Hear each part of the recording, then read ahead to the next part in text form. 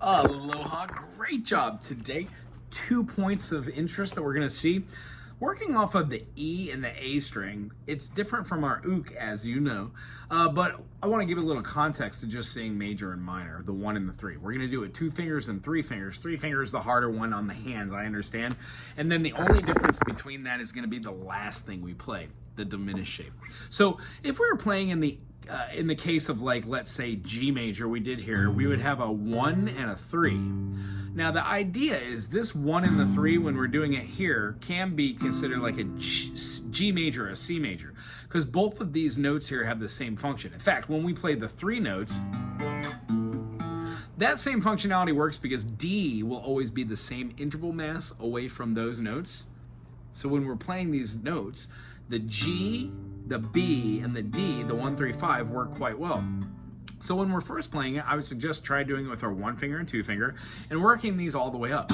For the G major, consisting of a B and a G, and omitting the D because we're not playing the 5th of any of these, half step up, but the concept is the note that we're moving a whole step is the root. So when we move this up a half step, we're only going up a half step for the 3rd, which calls to mention a really interesting thing.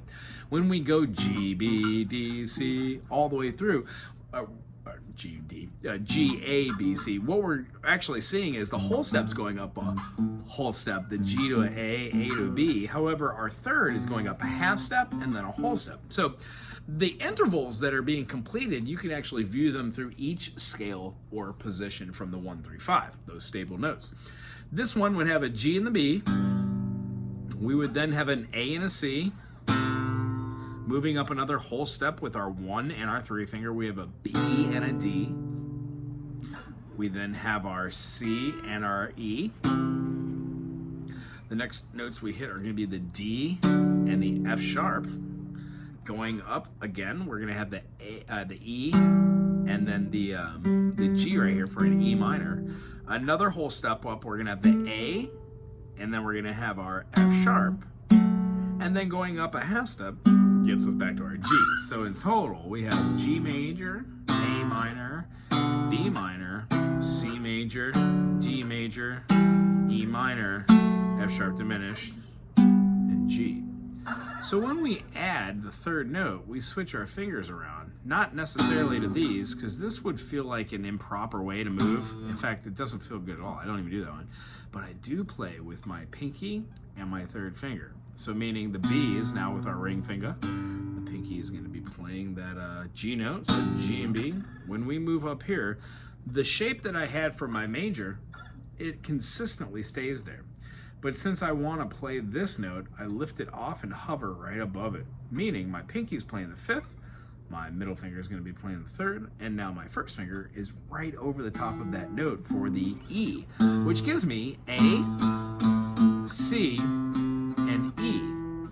G, B, D, G, B, D, G, B, D, G, B, D, G, B, D, A, C, E, A, C, E, A, C, E, A, C, E, B, D, F sharp, B, D, F sharp, B, D, F sharp, B, D, F sharp.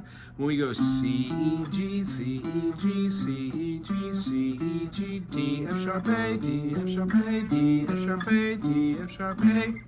When we move up next, we have E, G, B, E, G, B, E, G, B, E, G, B. And the last one moves up a half step here for our last finger, but we're going to be playing our 14th fret, our 12th fret, and then our 10th fret, giving us F sharp, A, and then our, what is that, C, and that's our diminished, and then we go back to our G, B, and then we utilize the D at the 12th fret, understandably.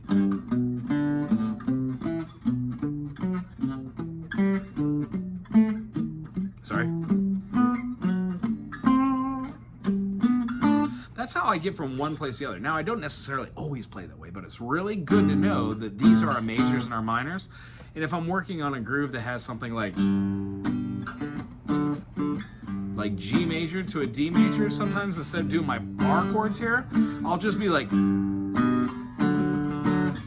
because I know where the 1 and the 3 are.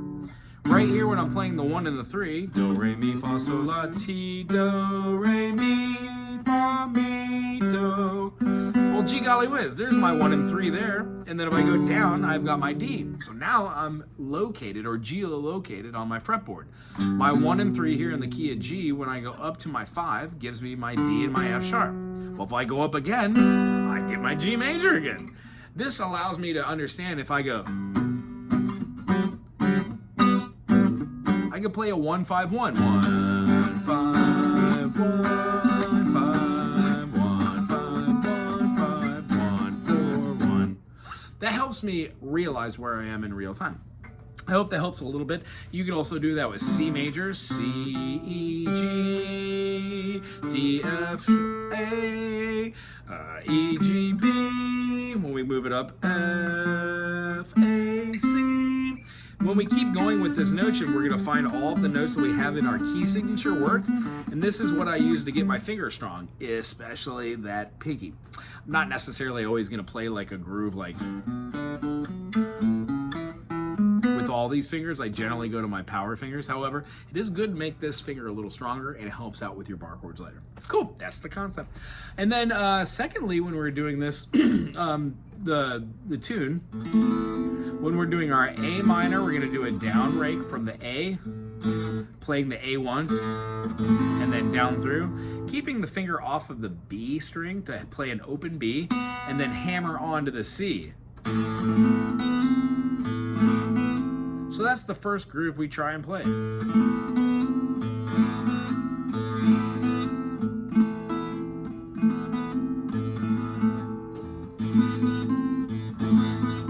You can do it with all downstrokes with the thumb or use this finger.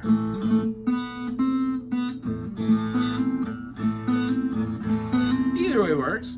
The groove that happens is we play a G with our open D, and then a G, and then an F sharp with our D, and then a G, or a B, sorry, D, G, and then open E. We're gonna do our open B note, hammer onto our C, pull off, play our A, and do a pull off. It's gonna look like this.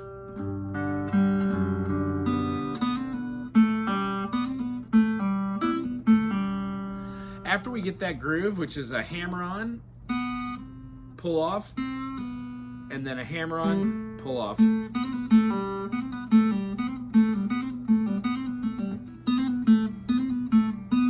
Thumb, pointer, thumb, pointer, thumb, pointer, thumb, pointer, or all thumb, or all pointer. Whatever makes you comfortable there. I think if I remember, they does a thumb and a pointer. However, that's the feeling. And then after we get that, does an open B, and then an A, and a G, then an A.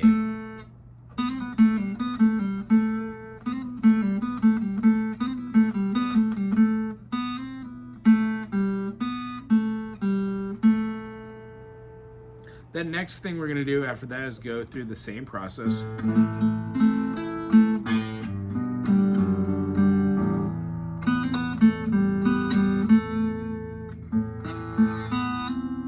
And work it back up. And end on that same intro, but now we're not moving through the chords. We're just going to end on that last C note.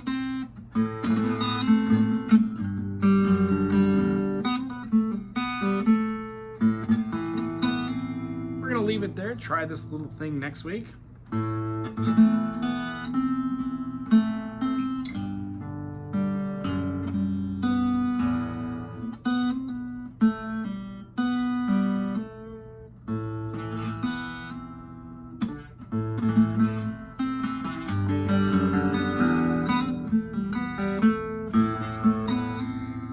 Wonderful. It's great seeing you this week. I'm looking forward to seeing you soon. Aloha.